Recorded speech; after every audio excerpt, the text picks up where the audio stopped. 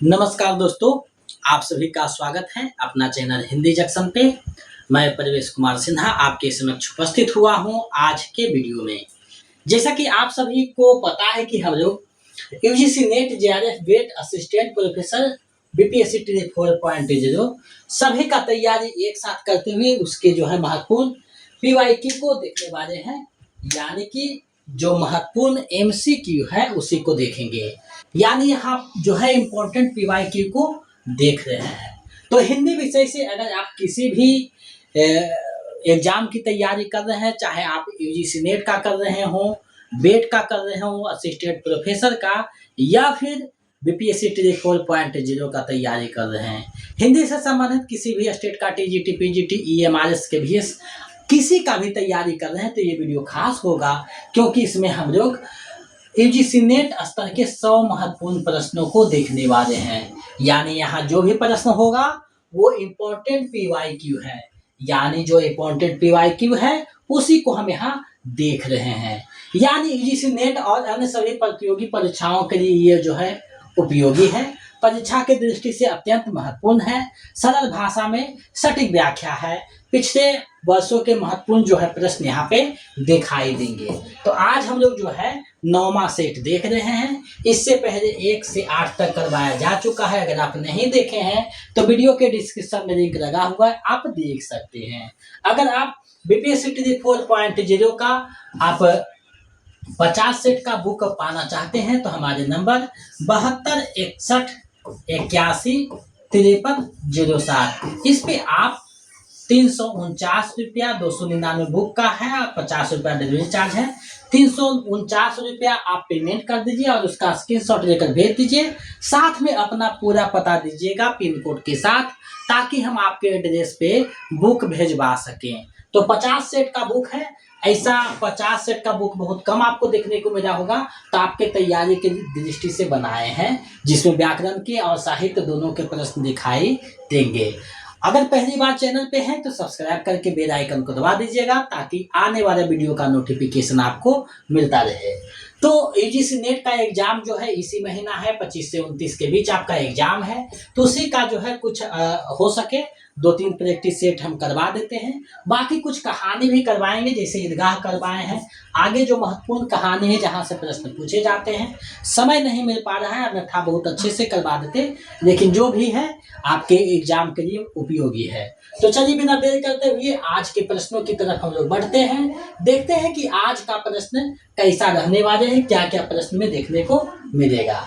अब देखिए, पहला प्रश्न आपके सामने यहाँ पे आ गया है कि संविधान लागू होने से 15 वर्ष तक अंग्रेजी का प्रयोग जारी रखने का उल्लेख संविधान के किस अनुच्छेद में है।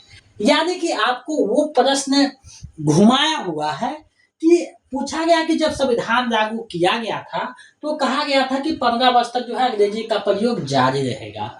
तो वे संविधान के किस अनुच्छेद में चर्चा किया गया है, ये आपको बताना है। तो देखिए, ये जो चर्चा किया गया था, ये प्रश्न तो बहुत आसान है, लेकिन शब्दों में घुमाया हुआ है। अगर आप अच्छे से देख रहे होंगे तो आपका जो है सही आपका होना चाहिए, कि आपका जो है सही आंसर होना चाहिए। तो ये आपके सामने जो है प्रस्तुत है। अब इसका आप लोग जवाब दीजिए कि आखिर जो है क्या सही होगा। आपके समक्ष जो है यहाँ पे दिया जा गया है, आप इसको जो है देखना है।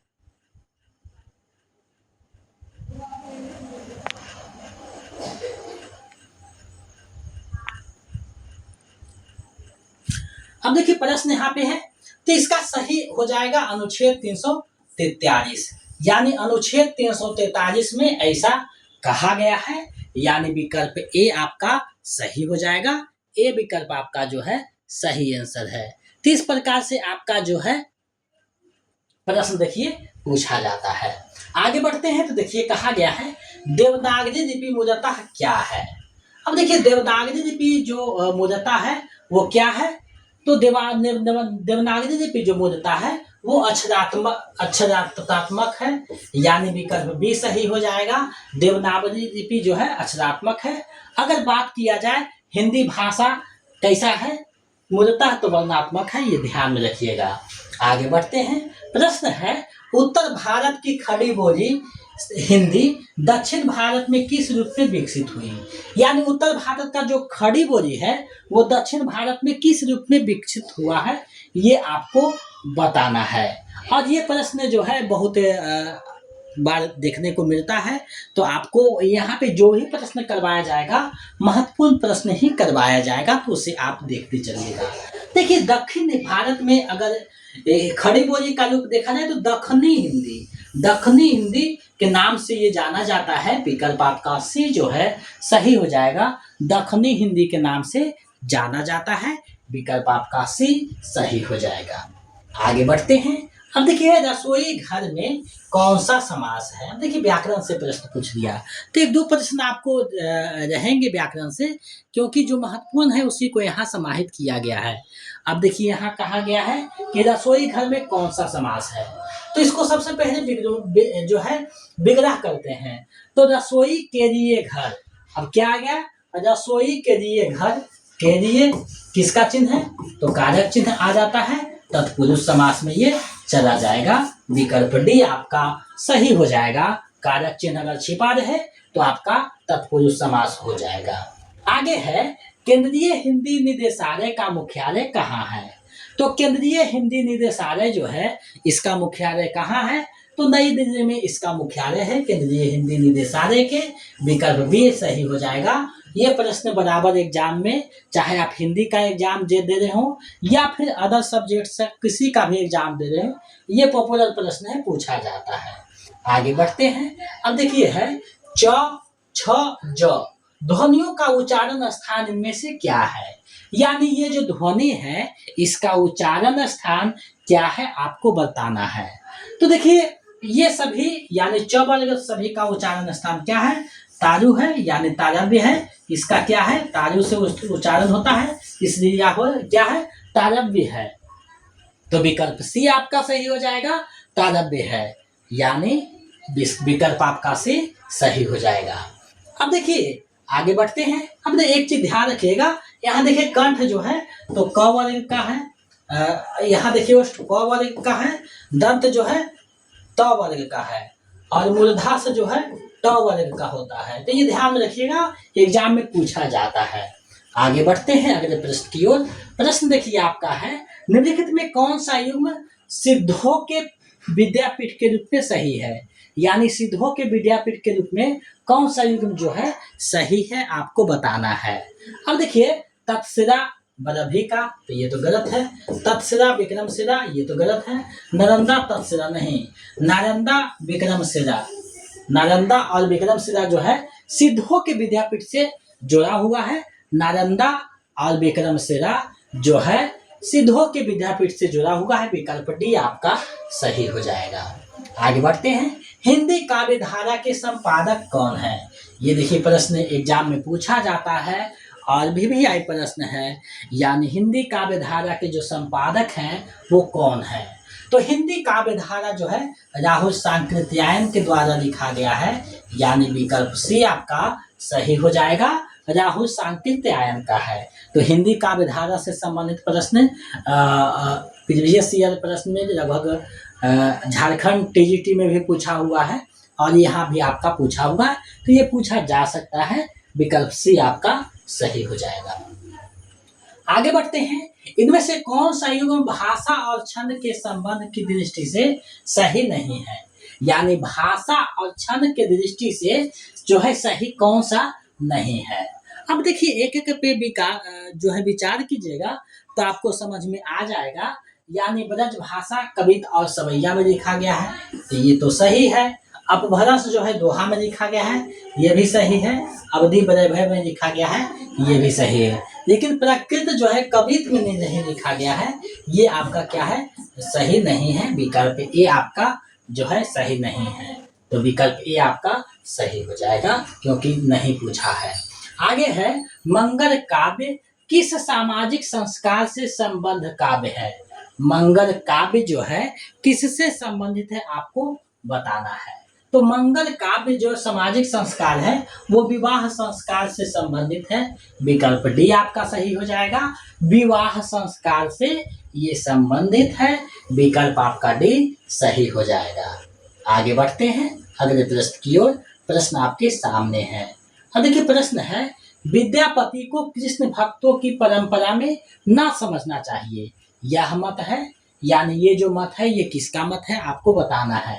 तो विद्यापति को कृष्ण भक्तों की परंपरा में ना समझना चाहिए, ये कोई और नहीं हमारे रामचंद्र शुक्ल जी का कहना है। विकल्प बी आपका सही हो जाएगा, यानी कि आचार्य रामचंद्र शुक्ल का ये कथन है। इन्होंने ही कहा है कि आध्यात्मिक रंग के चश्मे आजकल बहुत सस्ते हो गए हैं। जिस तरह से जयदेव के गीत गोविंद के पदों को देख रहे हैं, उस प्रकार से विद्यापति के पदों को देख करके इन्हें भक्त कभी मैंने नहीं समझना चाहिए। ये कौन कहते हैं? तो ये विकल्प बी यानी रामचंद्र शुक्ल जी ये कहते हैं। आगे बढ़ते हैं। निम्नलिखित कवियों को उनके काव्य पंक्तियों से जो है सुमेलित करना है। अब यहाँ देखिए काव्य पंक्ति है, अब इसको जो है सुमेलित करना है। अब देखिए एक एक पंक्ति को देखिए। साई के सब जीव है, किरी कुंजर दो, थावर जंगम, कीट पतंग, पुरी रहियो हरिदाई, भाई रे ऐसा पंथ हमारा, हिंदू पूजे दोहरी, मुसलमान मसीह। अब देखिए नीचे तो आपका हिंदू पूजे देहरी मुसलमान मसीह, आपको लगभग यहाँ पे आप समझ गए होंगे कि डी तो इनका है, लेकिन ऐसा नहीं है। अब देखिए एक एक को मिलान करना है, तो सबसे पहले नामदेव का आएगा। तो हिंदू पूजे देहरी मुसलमान मसीह, ये नामदेव का कथन है, कबीर का नहीं है। कबीर कहते हैं कि पाथर पूजे जग में देव मेरे तो मैं पूजो पहाड़, ये बात करते हैं, लेकिन ये जो है नामदेव का है। आगे बढ़ते हैं। तो दादू दयाल का क्या है? भाई रे ऐसा पंथ हमारा। रैदास का क्या है? तो थावर जंगम कीट पतंग, पूरी रहियो हरियाई। कबीर का क्या है? साई के सब जीव है, कीरी कुंजर दोए। अब यहाँ पे देखिए मिलान हो गया। अब इसको सही से देखिएगा तो विकल्प ए आपका सही हो जाएगा, यानी ए विकल्प आपका सही है। तो इस प्रकार से देखिए मिलान करने वाला भी देता है, तो आपको देखना है। आगे बढ़ते हैं। आगे है, तुम जिनी जानो गीत है, यह निज ब्रह्म विचार। काव्य पंक्ति इनमें से किस कवि की है?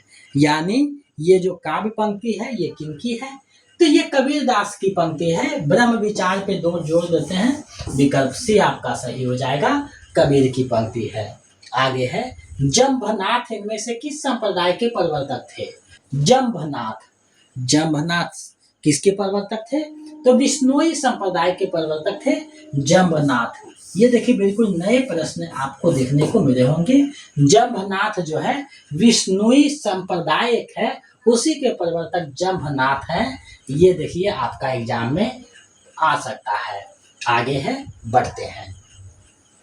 औमन जाने कवित अस्किन्हा, मकुया है जगत मन चिन्हा। यह काव्य पंक्ति में से किसकी है? यानी ये जो पंक्ति है ये किनकी पंक्ति है? तो ये जो पंक्ति है ये किनका है? हमारे जायसी साहब की पंक्ति है। विकल्प सी आपका सही हो जाएगा। देखिए जायसी की जो प्रसिद्ध रचना है पद्मावत है, उसी से ज्यादा प्रश्न पूछा जाता है। तो जायसी की जो पद्मावत है वो बहुत बेहतरीन रचना है। आगे बढ़ते हैं। आगे है, कबीर धर्म गुरु थे, इसलिए उनकी वाणियों का आध्यात्मिक रस ही आस्वाद्य होना चाहिए। कथन है, यानी ये जो कथन है ये किनका कथन है आपको बताना है। तो कबीर पे बहुत अच्छा से काम किए हैं हजारी प्रसाद द्विवेदी। कबीर नाम से इनकी एक आलोचनात्मक पुस्तक ही है। तो विकल्प भी सही हो जाएगा। हजारी प्रसाद द्विवेदी का ये कथन है कि कबीर धर्म गुरु थे, इसलिए उनकी वाणियों को आध्यात्मिक रस भरा है समझना चाहिए। विकल्प भी आपका सही हो जाएगा। आगे बढ़ते हैं अगले प्रश्न की ओर। आप लोग अंत तक बने रहिएगा क्योंकि महत्वपूर्ण प्रश्नों का संग्रह है। अब देखिए यहाँ है, काव्य कृति और उसके जो है रचनाकार हैं उनको जो है मिलाना है और देखना है कि कौन सा सही है। अब सबसे पहले क्या है? सत्यवती। तो सत्यवती के रचनाकार कौन है? ईश्वरदास है। आगे देखिए मधुमालती है, तो मंझन का है। छिताई वार्ता के नारायण दास हैं। ज्ञानदेव के शेख नबी हैं। अब मिलान कीजिए और आप लोग खुद देखिए कि कौन सा विकल्प सही होगा। तो इसका सही विकल्प कौन सा होगा? ए विकल्प आपका सही हो जाएगा, यानी ए विकल्प इसका सही आंसर है। तो इस प्रकार से भी प्रश्न पूछा जाता है। तो जितने भी संभावित प्रश्न थे आपके एग्जाम में, जितने भी प्रश्न बन सकते थे, इसको हम करवा रहे हैं। और हम ये चैलेंज करते हैं कि मेरा जितना भी क्लास अगर करवाया गया है, प्रैक्टिस से जो करवाया, अच्छे से आप देख लीजिएगा, तो कोई एग्जाम में बैठिए, आपका 60% क्वेश्चन तो बहुत आराम से सोल्व हो जाएगा, चाहे आप यूजीसी नेट के एग्जाम में ही क्यों ना बैठ रहे हों। बशर्ते है कि आपका जो है अच्छे से उस पर पकड़ होना चाहिए। तो विकल्प ए आपका सही हो जाएगा। आगे है, पद्मिनी के रूप का जो वर्णन जायसी ने किया है, वह पाठक को सौंदर्य की लोकोत्तर भावना में मग्न करने वाला है। यह कथन किसका है? यानी ये जो कथन है, ये किनका कथन है? तो ये जो कथन है, ये हमारे आचार्य रामचंद्र शुक्ल जी का कथन है। विकल्प बी सही हो जाएगा। शुक्ल बाबा का ये कथन है। विकल्प बी सही हो जाएगा। आगे है, गोस्वामी तुलसीदास की सर्वतोन्मुखी प्रतिभा ने भाषा काव्य की सारी प्रचलित पद्धतियों के बीच अपना चमत्कार दिखाया। यह कथन इनमें से किस आलोचक का है? यानी ये जो कथन है, ये किनका है, आपको बताना है। तो ये भी कथन उन्हीं का है, रामचंद्र शुक्ल का कथन है। विकल्प डी आपका सही हो जाएगा। आगे है, सूर्य कवित सुनि कौन कवि जो नहीं सिर चारण करे।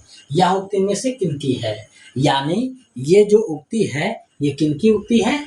तो ये जो है नाभादास की उक्ति है। नाभादास का विकल्प सी आपका सही हो जाएगा। नाभादास की ये उक्ति है। तो यहाँ जो भी प्रश्न है, बेहतरीन प्रश्नों को संग्रहित किया गया है। अष्टछाप के संस्थापक इनमें से कौन थे?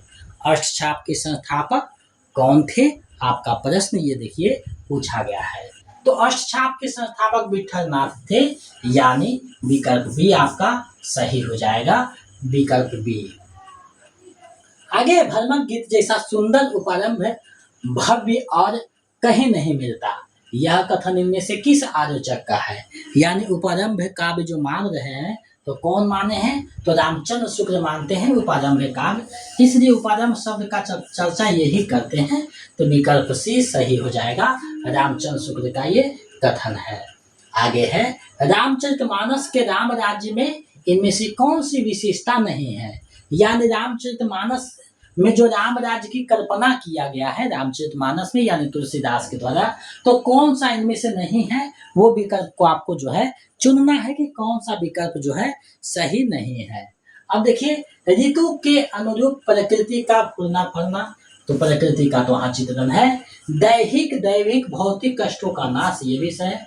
स्वधर्म का पालन करना, ये भी सही है। आर्थिक सामाजिक समानता का बात नहीं किया गया है, यानी विकल्प ए आपका सही हो जाएगा। रामचरितमानस के राम राज्य में ऐसी कल्पना नहीं है। आगे बढ़ते हैं अगले प्रश्न की ओर। प्रश्न है, निम्नलिखित में से कौन सी रचना पद्माकर की नहीं है? यानी कौन सी रचना पद्माकर की नहीं है, ये आपको ढूंढना है। तो पद्माभरण, जगत विनोद, प्रबोध पचासा है, लेकिन अन्योक्ति कल्पद्रुम जो है पद्माकर का नहीं है। विकल्प डी आपका सही हो जाएगा। पद्माकर का ये नहीं है। आगे है, तो पर 12 उर्वासी सुने राधिके सुजान, तू मोहन के उर्वशी हवै उर्वशी समान। तो देखिए, उर्वशी जो आया है, ये आया है, तो कौन सा अलंकार यहाँ होगा? अब यहाँ एक ही शब्द जो है 2 बार आया है, दोनों बार क्या है, अलग अर्थ दे रहा है। तो विकल्प क्या हो जाएगा? ये सही हो जाएगा। यमक अलंकार यहाँ पे हो जाएगा। आगे बढ़ते हैं, नेक्स्ट प्रश्न को देखते हैं। निम्नलिखित में से रीति कार्य का कौन सा ग्रंथ सर्वांग निरूपण नहीं है? यानी सर्वांग निरूपण ग्रंथ कौन सा नहीं है? तो देखिए, काव्य निर्णय, रस रहस्य और कवि कुलतनु, ये तो है, लेकिन श्रृंगार निर्णय जो है इसमें स्वांग निरूपण नहीं है, यानी विकल्प सी आपका सही हो जाएगा। तो ऐसे भी प्रश्न रीतिकाल से ज्यादा पूछे जाते हैं। इनमें से कौन सा संस्कृत ग्रंथ सूरसागर का आधार ग्रंथ है? सूरसागर का आधार ग्रंथ कौन सा है, आपको बताना है। तो देखिए, सूरसागर जो लिखे हैं, सूरसागर सूरदास, उसको आधार बना के किस पे लिखे हैं? तो श्रीमद् भागवत पुराण को जो है आधार बना करके ये लिखते हैं, यानी विकल्प सी जो है सही हो जाएगा। सी विकल्प, श्रीमद् भागवत पुराण। हिंदुस्तानी में पुस्तक रचना को प्रोत्साहित करने वाले अंग्रेज अध्यापक ग्रीक राइट इनमें से किस संस्था से जुड़े थे? अब देखिए ग्रीक राइट जो आते हैं ये कहाँ से उनका जो है पहचान बनता है, तो ये जो है फोर्ट विलियम कॉलेज के हिंदी विभाग के अध्यक्ष थे हिंदुस्तानी के, यानी विकल्प डी आपका सही हो जाएगा। फोर्ट विलियम कॉलेज जो था उसी से जुड़े हुए थे। आगे है ब्राह्मण पत्रिका के संपादक इनमें से कौन थे? तो ब्राह्मण पत्रिका के संपादक कौन थे? प्रताप नारायण मिश्र थे। यह ना उस पत्रिका में लिखते थे 4 मास बीते जजमान अब तो करो दक्षिणादान, यानी विकल्प सी आपका सही हो जाएगा। प्रताप नारायण मिश्र जो है इसके संपादक थे। आगे है आधुनिक हिंदी का प्रसिद्ध राम काव्य इनमें से कौन सा है? तो आधुनिक हिंदी का जो प्रमुख राम काव्य जो है, प्रसिद्ध राम काव्य है, वो कौन है?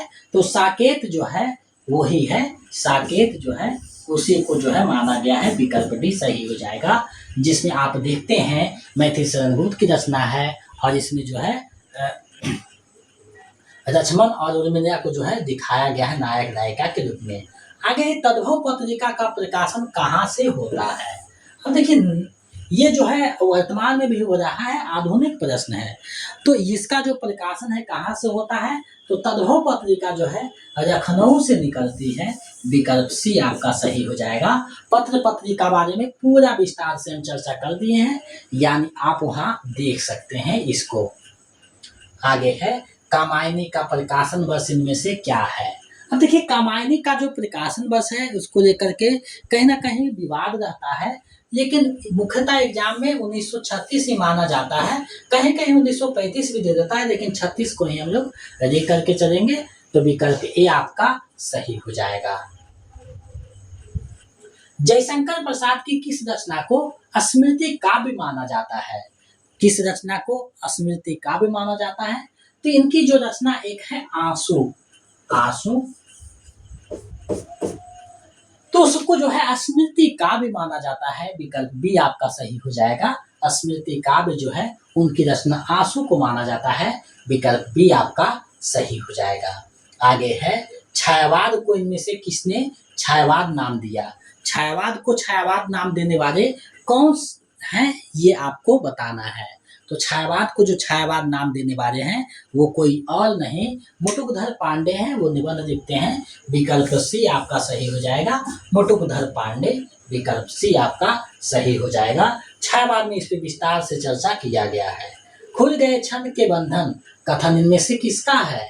खुल गए छंद के बंधन, ये जो कथन है ये किनका है? तो सुमित्रा नंदन पंत का है। खुल गए छंद के बंधन, यानी कविता जो है छंदों में बंधन बना करके रखा हुआ था, तो सूर्यकांत त्रिपाठी जो ही की कली देखते हैं और उस छंद बंध का जो बंधन था उसको तोड़ देते हैं। विकल्प ए आपका सही हो जाएगा। सुमित्रा नंदन पंत। सुमित्रा नंदन पंत इनमें से किस दर्शन से सर्वाधिक प्रभावित थे? सर्वाधिक जो प्रभावित थे किस दर्शन से थे ये आपको बताना है। देखिए गांधी दर्शन भी उनमें है, मार्क्सवादी दर्शन भी है, अम्बेडकर दर्शन भी है, लेकिन अरविंद दर्शन से ये सबसे ज्यादा प्रभावित थे। विकल्प सी आपका सही हो जाएगा। क्योंकि जब सुमित्रा नंदन पंत आते हैं तो पहले मार्क्सवादी रहते हैं, अम्बेडकरवादी होते हैं, गांधीवादी होते हैं और अंत में जो है अरविंद दर्शन का उनमें जो है अंतिम जो है सबसे गहरा छाप छूटता है। तो विकल्प सी आपका सही हो जाएगा। निराला की पहली कविता इनमें से कौन सी है? निराला की पहली कविता इनमें से कौन सी है आपको बताना है।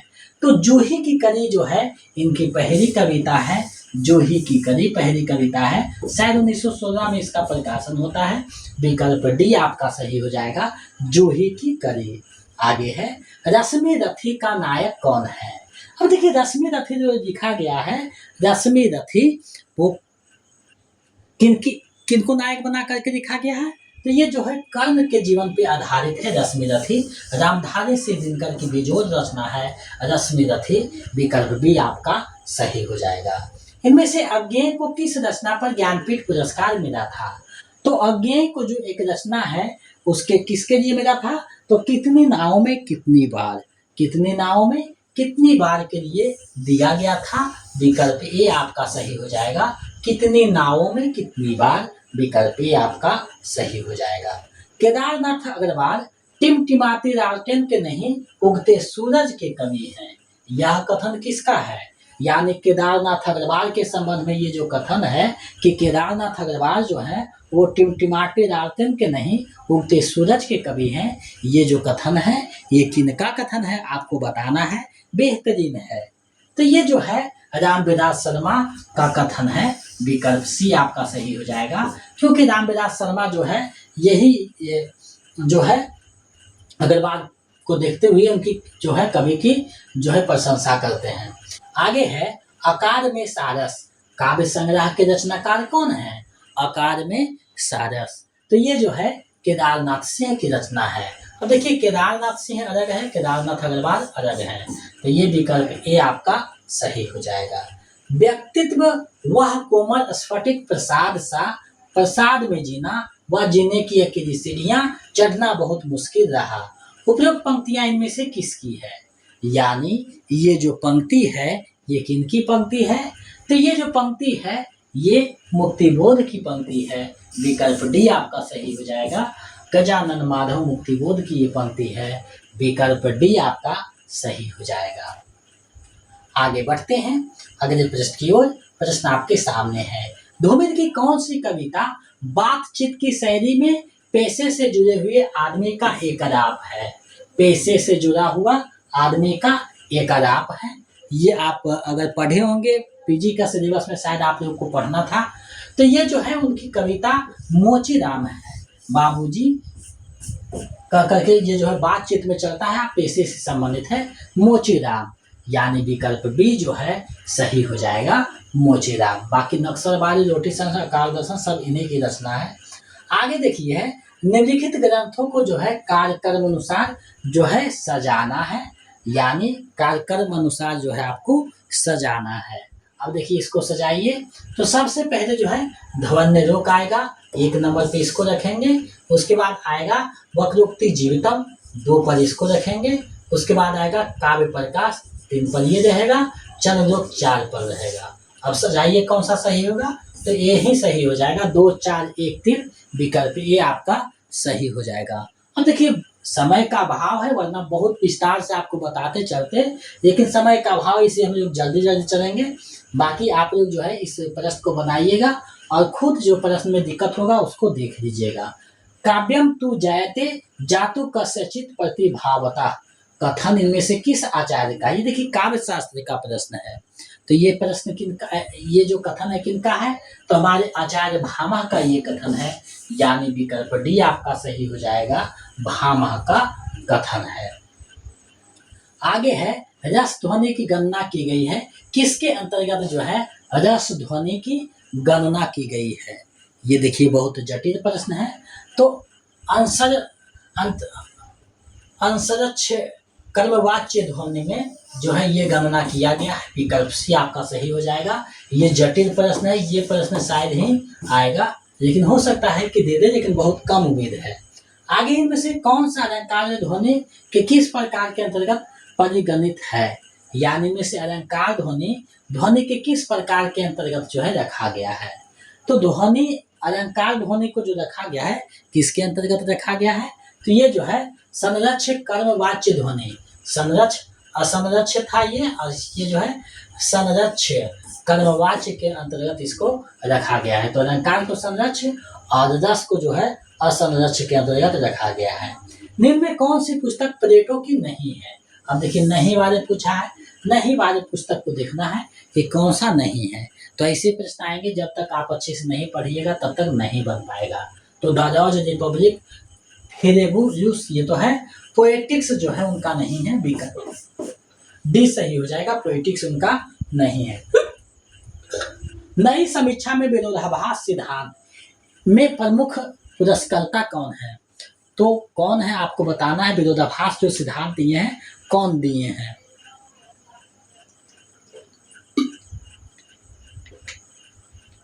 तो विरोधाभास जो दिए हैं वो रॉबर्ट पेन वारेन का है, रॉबर्ट पेन वारेन का है। ये पाश्चात्य काव्य सिद्धांत का जटिल प्रश्न है, विकल्प बी आपका सही हो जाएगा। आगे है द एंड ऑफ मैन पुस्तक के लेखक हैं।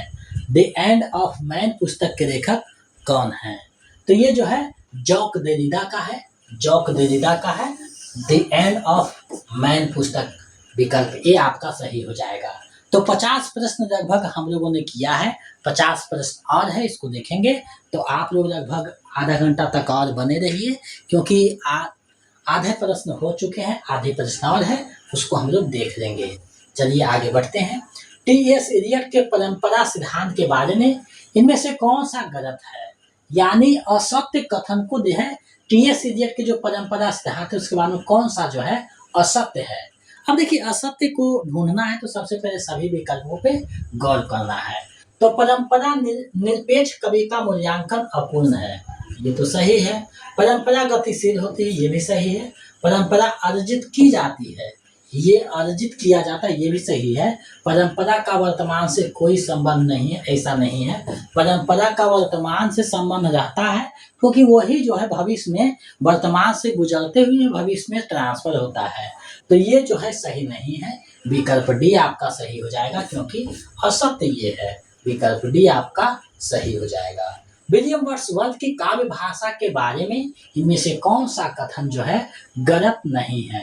यानी कौन सा कथन जो है गलत है नहीं, गलत नहीं है, यानी कौन सा कथन जो है सही है? कौन सा कथन सही है, ये आपको देखना है। तो काव्य भाषा और गद्य भाषा में तात्विक भेद नहीं है, भेद है, ये तो सही होना नहीं है, तो ये तो गलत है। काव्य भाषा का मूलाधार जनसाधारण की भाषा है, बिल्कुल सही है।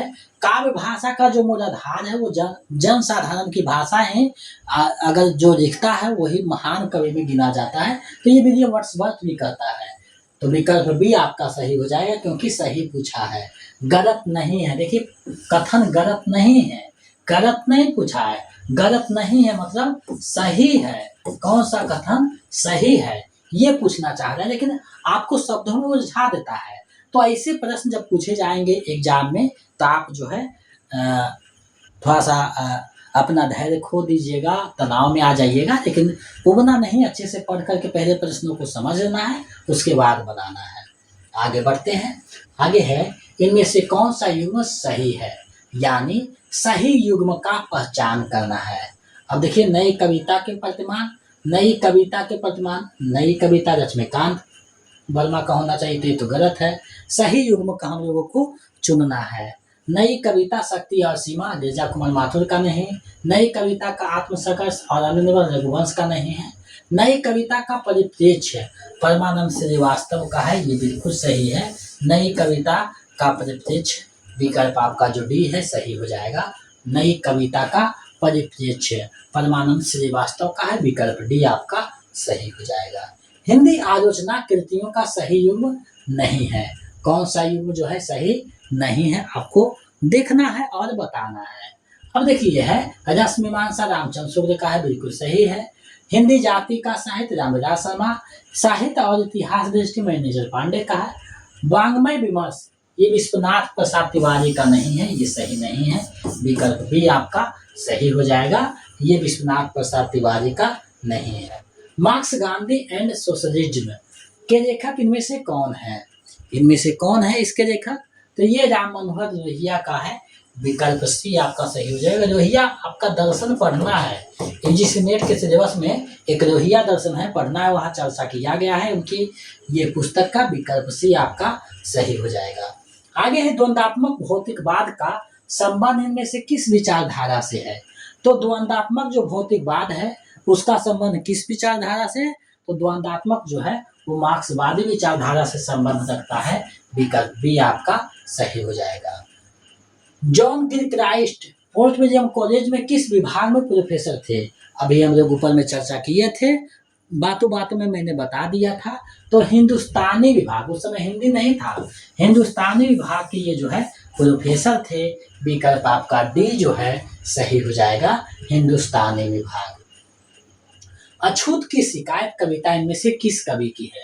अब देखिए, बहुत दिनों के बाद ये प्रश्न आया है और शायद ही इसका आप लोग पढ़े होंगे। अछूत की शिकायत जो है सबसे पहला जो है दलित कविता जो है लिखा गया था हेराडून के द्वारा। यानी बिहार के वो रचनाकार थे हेराडोम। ये देखते हैं अछूत की शिकायत, विकल्प ए आपका सही हो जाएगा। हेराडोम का है अछूत की शिकायत। आगे है व्यक्तिक स्वच्छंदता का सर्वाधिक समर्थन इनमें से कौन सा वाद करता है। व्यक्तिक यानी व्यक्तिगत जो स्वतंत्रता है उसका बात जो है कौन सबसे पे जो है समर्थन करता है, तो अस्तित्ववाद जो है इसका समर्थन करता है। विकल्प सी आपका सही हो जाएगा। प्रगतिशील लेखक संघ का प्रथम अधिवेशन कहाँ हुआ था। आप लोगों को पता होगा प्रथम अधिवेशन लखनऊ में होता है शायद 1936 में, और प्रेमचंद इसका जो है प्रेमचंद इसके अध्यक्ष जो है चुने जाते हैं। तो विकल्प बी आपका सही हो जाएगा। प्रगतिशील लेखक संघ का प्रथम अधिवेशन का लखनऊ में 1936 में होता है। आगे देखिए उपन्यास और पुरुष पात्र को जो है मिलान करना है कि कौन सा किसका पात्र है। अब इसको जब तक आप नहीं पढ़िएगा, यानी आपके जो यूजीसी नेट के सिलेबस में जो भी उपन्यास लगा हुआ है, अगर आप सही से पढ़े होंगे तभी इसको बना पाइएगा। तो देखिए तुवर मिलिंद जो है ये बाणभट्ट का पात्र है। बामन दास महराचल का पात्र है। बद्री पहलवान, तो बद्री पहलवान किसका है, राग दरबारी का है। बाबा मनन सिंह शेखर एक जीवनी का है। तो ये आप देखिए और देखिए कौन सा सही होगा, तो शायद ए आपका सही हो रहा है। विकल्प ए आपका सही हो जाएगा। आगे है पत्रात्मक परिविधि में लिखा गया पहला उपन्यास माना जाता है, यानी पत्रात्मक पत्र शैली में लिखा गया पहला कौन सा है, तो पत्र शैली में जो लिखा गया है चंद हसीनों के खतूत, चंद हसीनों के खतूत इसी को माना जाता है। यानी ये जो है विकल्प डी आपका सही हो जाएगा, चंद हसीनों के खतूत। गर्म राख गिरती दीवारें पत्थर और पत्थर किस रचनाकार के उपन्यास हैं, यानी ये जो तीनों उपन्यास हैं वो किनका है, तो ये जो है उपेंद्र नाथ अस्क का है। उपेंद्र नाथ अस्क का है। इनका एक नाटक भी पढ़ना है शायद अंजो दीदी, तो इन्हीं का है उपेंद्र नाथ अस्क का। तो विकल्प भी आपका सही हो जाएगा। उपसंहार किस विधा की रचना है, उपसंहार जो रचना है वो किस विधा की रचना है, तो ये जो है उपन्यास है एक उपसंहार। विकल्प डी आपका सही हो जाएगा। उपसंहार एक उपन्यास है। अभी समय का अभाव है इसलिए हम जल्दी जल्दी चल रहे हैं, आगे के दिनों में और विस्तार से चर्चा करेंगे। झिनी झिनी बीनी चदरिया किस शहर पर केंद्रित उपन्यास है, तो झिनी झिनी बीनी चदरिया किस शहर पर केंद्रित है, तो ये बनारस शहर पर केंद्रित उपन्यास है। विकल्प भी आपका सही हो जाएगा। आगे बढ़ते हैं, कुछ और प्रश्न है। परीक्षा गुरु उपन्यास का लेखन इनमें से किस रूप में किया गया है, तो परीक्षा गुरु उपन्यास का जो लेखन किया गया है वो किस में किया गया है, तो इसमें जो है प्रकरण आता है, पहला प्रकरण दूसरा प्रकरण, यानी विकल्प सी आपका सही हो जाएगा, प्रकरण में है। आगे है तपोभूमि इनमें से किस लेखकों द्वारा संयुक्त रूप से लिखित उपन्यास है, तो तपोभूमि जो है किसने मिलकर के लिखा है ये आपको बताना है। तो जैनेन्द्र कुमार और ऋषभ चरण जैन ये दोनों मिलकर के तपोभूमि उपन्यास लिखते हैं। विकल्प ए आपका सही हो जाएगा, यानी जैनेन्द्र और ऋषभ चरण। आगे बढ़ते हैं। अब देखिए यहाँ मैच करना है, यानी उपन्यास को जो है उसके लेखकों के साथ मैच करना है। देहाती दुनिया जो है 1926 में आता है, शिवभूषण सहाय का है। उसके बाद सत्यग्रह है, तो सत्यग्रह जो लिखा गया है वो ऋषभ चरण के द्वारा लिखा गया है। भिखारनी है, तो भिखारनी विश्वम्बर नाथ शर्मा का है। तितली जो है जयशंकर प्रसाद का है। तो इस प्रकार आप मिलान कीजिएगा तो शायद सी आपका सही हो जाएगा। विकल्प सी इसका सही आंसर हो जाएगा। तो इस प्रकार से देखिए आपका प्रश्न पूछा जाएगा। ये एक आपको नमूना दिखा रहे हैं कि देखिए ऐसे भी प्रश्न पूछा जाता है। बाकी आप लोग पीजी किए हुए हैं, खुद आपको पता है कि प्रश्न को जो है कैसे हमको सटीकता के साथ बनाना होगा, तो स्मार्ट स्टडी कीजिएगा। यह हम आपके लिए प्रश्नों पर आते हैं, बाकी आप इस पे और विस्तार जो है नोट्स बना करके अध्ययन कर सकते हैं। अब देखिए रचनाकारों का जो है सही कार्यक्रम अनुसार जो है सजाना है, तो कार्यक्रम अनुसार सजाइएगा। तो सबसे पहले शशि प्रभा शास्त्री आएंगे, यानी 1 नंबर पे ये रहेंगे, 2 नंबर पे मनु भंडारी, 3 नंबर पे ममता कालिया और अंतिम में 4 नंबर पर अलका सरावगी रहेगी। तो ये आप देखिएगा तो विकल्प बी आपका सही हो जाएगा, यानी बी विकल्प आपका सही हो जाएगा। आगे बढ़ते हैं। तोरो कारा तोरो उपन्यास किसके जीवन पर आधारित है? यानी ये जो है किसके जीवन पर आधारित है आपको बताना है। तो स्वामी विवेकानंद के जीवन पे ये आधारित है। विकल्प सी आपका सही हो जाएगा। किशनगढ़ के अहेरी किस विधा की रचना है? किशनगढ़ के अहेरी किस विधा की रचना है आपको बताना है। तो ये उपन्यास है। यहाँ जो भी उपन्यास का चर्चा किया गया है, जो भी रचनाकार का चर्चा किया गया है, उसको नोट डाउन करते जाइएगा, उसके बारे में थोड़ा सा विस्तार से देख लीजिएगा। अगर आप यूजीसी नेट का सिलेबस को ध्यान में रखते हुए तैयारी कर रहे हैं तो, अन्यथा बाकी इसी तरह से आप ऑब्जेक्टिव देखते चल जाइए, क्योंकि एक प्रश्न में बहुत सारे प्रश्न छुपा हुआ है। जैसे इसके रचनाकार कौन है, प्रकाशन कब हुआ, रचनाकार का जन्म कब हुआ, बहुत सारे हो जाते हैं। तो उतना बताने लगेंगे तो 10 ही क्वेश्चन में लगभग 1 घंटा हो जाएगा। तो हम लोग जल्दी बहुत ज़्यादा प्रश्नों को देखेंगे, क्योंकि हम लोग के पास समय नहीं है, प्रश्न ज़्यादा हैं। लेखिकाओं और पुस्तकों को जो है सुमेलित करना है कि कौन सा जो है किसका होगा। तो सबसे पहले आपका हो जाएगा मैत्रेयी पुष्पा का सुनो मालिक। नसीरा शर्मा का हो जाएगा औरत के लिए औरत। रमनिका गुप्ता का क्या हो जाएगा? तो रमनिका गुप्ता का है स्त्रीत्व का मानचित्र, स्त्रीत्व का मानचित्र, ये हो जाएगा रमनिका गुप्ता का। उसके बाद क्या हो जाएगा? टी अनामिका का स्त्री मुक्ति संघर्ष और इतिहास।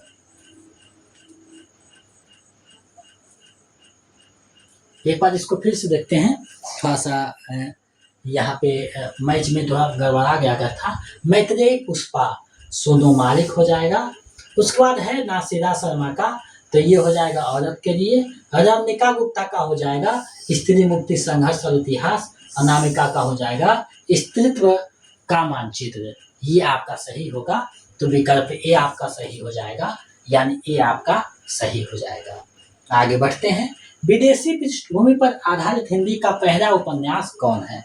तो विदेशी भूमि पे जो लिखा गया था वो वे दिन लिखे थे, यानी वे दिन जो उपन्यास है वो है। विकल्प बी आपका सही हो जाएगा। आगे देखिए है सुखदेई किस उपन्यास की पात्र है? देखिए सुखदेई एग्जाम में आया है, लगभग पहले भी बहुत बार आ चुका है। तो सुखदेई का जो देवरानी जेठानी की कहानी उपन्यास है उसी का एक पात्र है। विकल्प ए आपका सही हो जाएगा। शेखर एक जीवनी उपन्यास के प्रथम भाग को 4 खंडों यानी शीर्षकों में बांटा गया है। निम्नलिखित में से कौन सा शीर्षक गलत है, यानी गलत शीर्षक कौन सा है? अब देखिए शीर्षक से भी प्रश्न पूछा जाता है। तो उषा और ईश्वर है, बीज और अंकुर है, प्रकृति और पुरुष है, पुरुष और स्त्री नहीं है, ये पुरुष और स्त्री नहीं है, ये डी जो है नहीं है। विकल्प आपका डी सही हो जाएगा। हिंदी में नोवेल के अर्थ में उपन्यास पद का प्रथम प्रयोग किसने किया था? तो नोवेल के अर्थ में उपन्यास जो शब्द है उसका प्रथम प्रयोग करने वाले कौन है? तो भारतेंदु हरिश्चंद्र जो है प्रयोग करते हैं। विकल्प बी आपका सही हो जाएगा। ऐसा प्रश्न आपको पूछ सकता है। आगे बढ़ते हैं। स्त्री पुरुष से उतनी ही श्रेष्ठ है जितना प्रकाश अंधेरे से। स्त्री पुरुष से उतना ही श्रेष्ठ है जितना प्रकाश अंधेरे से। किस पात्र का यह कथन है? तो ये जो कथन है आप देखिएगा बहुत अच्छे से, अगर आप पढ़े होंगे तो पता चल जाएगा। मिस्टर मेहता का ये कथन है, यानी गोदान उपन्यास में ये आया है। विकल्प ए आपका सही हो जाएगा। आगे बढ़ते हैं। निम्नलिखित कहानीकारों को जन्म के अनुसार जो है सजाना है, कौन से पहले आएंगे? देखिए नए जो रचनाकार हैं उनको जब तक जन्म नहीं पता होगा ऐसे प्रश्न आपका नहीं बनेंगे। तो सबसे पहले कौन आएंगे? सबसे पहले कृष्णा सुमति आएंगे 1 नंबर पे, उषा प्रेमचंद 2 नंबर पे, मंजूर भगत 3 नंबर पे, मैत्रेयी पुष्पा 4 नंबर पे। तो ये अगर देखिएगा तो विकल्प बी आपका सही हो जाएगा। ये जो है सही क्रम है। आगे है निम्नलिखित कहानी संग्रहों में से सूर्यबाला का कहानी संग्रह कौन सा है? तो सूर्यबाला का जो कहानी संग्रह है वो कौन सा है? थारी भर चांद सूर्यबाला का कहानी संग्रह है। विकल्प डी आपका सही हो जाएगा। किस पत्रिका के माध्यम से सक्रिय कहानी आंदोलन का सूत्रपात हुआ? तो सक्रिय कहानी आंदोलन का जो सूत्रपात होता है वो मंच पत्रिका के माध्यम से होता है। विकल्प सी सही हो जाएगा। नया प्रश्न है। आगे देखिए कहानीकार है और उसको जो है सुमेलित करना है कहानी संग्रहों को कहानीकारों से। अब देखिए सबसे पहले परिंदे हैं, निर्मल वर्मा का हो जाएगा। ये तो आपका बिल्कुल सही है, निर्मल वर्मा का ये हो जाएगा। उसके बाद आपका क्या है, अग्निखोज है फणीश्वरनाथ रेणु का, जिंदगी और जो कमलकांत का है, गरीबी हटाओ रविंद्र कालिया का। इस प्रकार देखिएगा तो डी आपका सही हो जाएगा, डी विकल्प आपका सही हो जाएगा। आगे बढ़ते हैं, सचेतन कहानी आंदोलन के पुरोधा माने जाते हैं। तो सचेतन कहानी का जब भी चर्चा आएगा तो महीप सिंह का नाम आएगा, विकल्प ए सही हो जाएगा, महीप सिंह। आगे बढ़ते हैं, इनमें से कौन सी कृति नाटक विधा की रचना नहीं है। तो यहाँ देखिए नाटक विधा की रचना कौन सा जो है नहीं है। तो कबीरा खड़ा बाजार में एक तारे की आंख, कहे कबीर सुनो भाई साधो, कहत कबीर, ये कोई नहीं है रचना, नाटक नहीं है। तो ये विकल्प डी आपका सही हो जाएगा। इनमें से गीति नाट्य है, तो गीति नाट्य जो है कौन है। तो आगरा बाजार तो नाटक है, बकरी भी नाटक है। अब देखिए महाभोज भी नाटक है, लेकिन अंधा युग जो है गीति नाटक है, अंधा युग धर्मवीर भारती का है, गीति नाट्य है। तो विकल्प सी आपका सही हो जाएगा, अंधा युग। आगे देखिए, नाटक और इनके पात्रों को इनमें से कौन सा युग सही नहीं है। तो देखिए स्कंदगुप्त में देखिएगा तो विजया का चर्चा है, चंद्रगुप्त में अलका है, अषाढ़ का एक दिन मलिका है। लेकिन अंधा युग में भीष्म पितामह का चर्चा बिल्कुल नहीं है। अंधा युग में भीष्म पितामह का नहीं है, धृतराष्ट्र का है, लेकिन भीष्म पितामह उसमें नहीं आते हैं। विकल्प डी आपका सही हो जाएगा। आगे देखिए एक पंक्ति है जो कि एग्जाम में पूछा जाता है, भाषा ठीक करने से पहले मैं मनुष्यों को ठीक करना चाहता हूँ। समझे, प्रस्तुत कथन किस नाटक से है। अगर आप लोग नाटक को पढ़े होंगे तो ये बहुत प्रसिद्ध नाटक है और एग्जाम में बराबर पूछा जाता है। ये चंद्रगुप्त नाटक से लिया गया और चाणक्य जो है ये कथन को कहते हैं। विकल्प सी आपका सही हो जाएगा। एक और द्रोणाचार्य किनका है, तो शंकर से इसका नाटक है, एक और द्रोणाचार्य जो आपके सिलेबस में लगा हुआ है। आगे बढ़ते हैं, भवाई किस प्रदेश के लोक नाट्य परंपरा का रूप है। तो भवाई जो है किसका है परंपरा, तो गुजरात का एक लोक नाट्य परंपरा है। विकल्प डी आपका सही हो जाएगा। अब देखिए हजारी प्रसाद द्विवेदी के जो निबंध संग्रह है उसको कार्य कर्म अनुसार सजाना है कि सबसे पहले कौन हुआ, उसके बाद कौन, उसके बाद कौन। तो सबसे पहले उनका आता है ये सभी में अशोक के फूल, तो 1 नंबर पे इसको रखेंगे। 2 पे कल्पलता आता है, 3 पे आता है उनका कुटज और 4 पे आता है आरोप पर्व, जिसके लिए इन्हें साहित्य अकादमी भी दिया जाता है आरोप पर्व के लिए। तो विकल्प देखिए कौन सा सही होगा, बी विकल्प इसका सही हो जाएगा।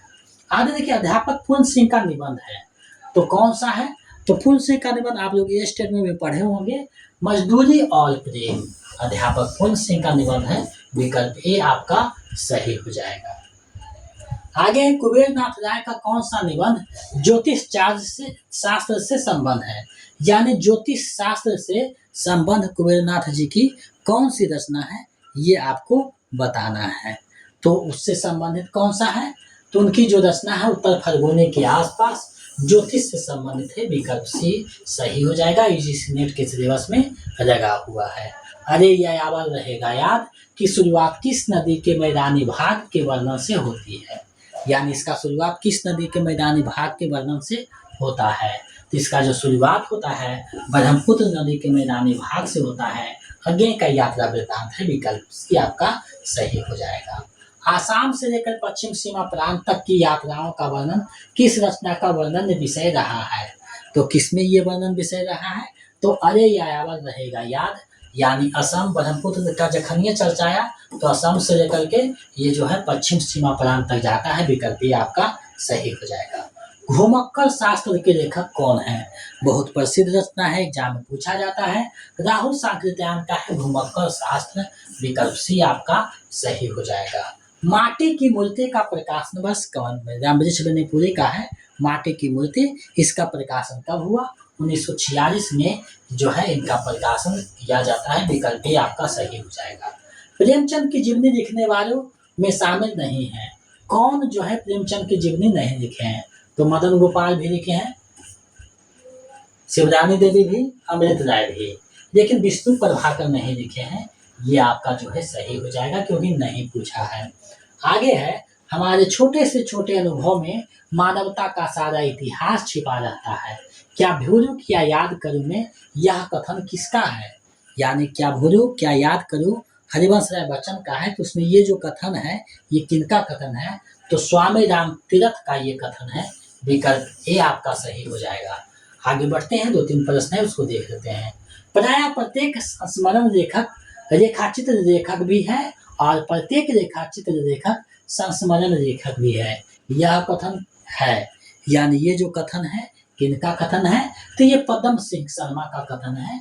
विकल्प डी सही हो जाएगा, क्योंकि दोनों रेखाचित्र और संस्मरण जो बहुत ज्यादा अंतर नहीं है, एकदम थोड़ा सा बारीकी सा अंतर है। तो विकल्प डी सही हो जाएगा। हुनरमंदों से पूछे जाते हैं बाबे हुनर पहरे, कथन किस निबंध का है? यानी ये जो कथन है किसका है? तो शिव मूर्ति निबंध जो है उसी में से ये कथन लिया गया है और ये जिस नेट के सिलेबस में लगा हुआ है। विकल्प ए सही हो जाएगा। चलिए आगे बढ़ते हैं, इस वीडियो का अंतिम प्रश्न देखते हैं। आचार्य रामचंद्र शुक्ल हिंदी के गौरव थे, समीक्षा क्षेत्र में उनका कोई प्रतिद्वंदी ना उनके जीवन काल में था, अब और ना ही अब कोई उनका समकक्ष आलोचक है। यह मत इनमें से किसका है? यानी ये जो मत है किनका है? तो ये जो मत है हमारे हजारी प्रसाद द्विवेदी जी का ये मत है। विकल्प बी आपका सही हो जाएगा। तो आज हमने आपको 100 प्रश्नों का जो सेट करवाया है, 100 प्रश्नों का सेट करवाया है आपको। 100 प्रश्नों का ये सेट है, ये आपके लिए हमें लगता है कि कहीं ना कहीं आपकी तैयारी में गति प्रदान करेगा। इसी तरह 1-2 से 3 सेट और जितना संभव हो हम कराएंगे और कुछ कहानी भी 2-4 जो है आपको करवा देंगे, ताकि आपको आइडिया रख सके कि कहानी ऐसे पंडित सीधगाह करवाए हैं, आगे और भी कहानी जो है उसको करवाएंगे। तो आप लोग इसको करते रहिएगा। और देखिए समय 1 घंटा में 100 प्रश्न देखना है तो जल्दी से चलते हैं। अगर विस्तार से देखना है तो जौन सा टॉपिक में आपको दिक्कत होता है वो टॉपिक का अलग से वीडियो देख लीजिए, वो टॉपिक आपका क्लियर हो जाएगा। यही स्मार्ट स्टडी का एक तरीका है। सबसे अच्छा है आपका रिवीजन और प्रैक्टिस होते रहेगा, आपका तैयारी बेहतरीन है। तो आपका यहाँ प्रैक्टिस हो रहा है, बाकी जौन सा टॉपिक में आपका दिक्कत होगा उसका रिवीजन कर दीजिएगा, आपका सटीक हो जाएगा। अगर आप PPSC 4.0 का नोट प्रैक्टिस सेट पाना चाहते हैं PDF, तो हमारे नंबर 726181 5307 पे जो है 249 रुपया पेमेंट करके उसका स्क्रीनशॉट भेज दीजिए। तो इधर से हम आपको PDF सेंड कर देंगे, जिसमें साहित्य व्याकरण और सेट प्रीवियस सेट सभी रहेगा। अगर 50 सेट का बुक चाहिए, 50 सेट का बुक चाहिए तो 349 जो है इसी नंबर पे पेमेंट कीजिए, जिस और उसका जो है स्क्रीनशॉट और पूरा पता भेज दीजिए, तो आपको जो है बुक जो है भेज दिया जाएगा आपके घर पे। तो जिनका भी बुक पेमेंट किया हुआ था, लगभग 15 दिन पहले जो भी पेमेंट किए थे उनका भेज दिया गया है। बाकी 2-4 जो बचे हुए हैं उनको जल्द ही भेज दिया जाएगा। तो आप लोग अपने डाकघर से पता कर दीजिएगा, क्योंकि लगभग का मिल गया है, आप लोग देख लीजिएगा। आज के लिए बस इतना ही, आपसे विदा लेते हैं। जय हिंद।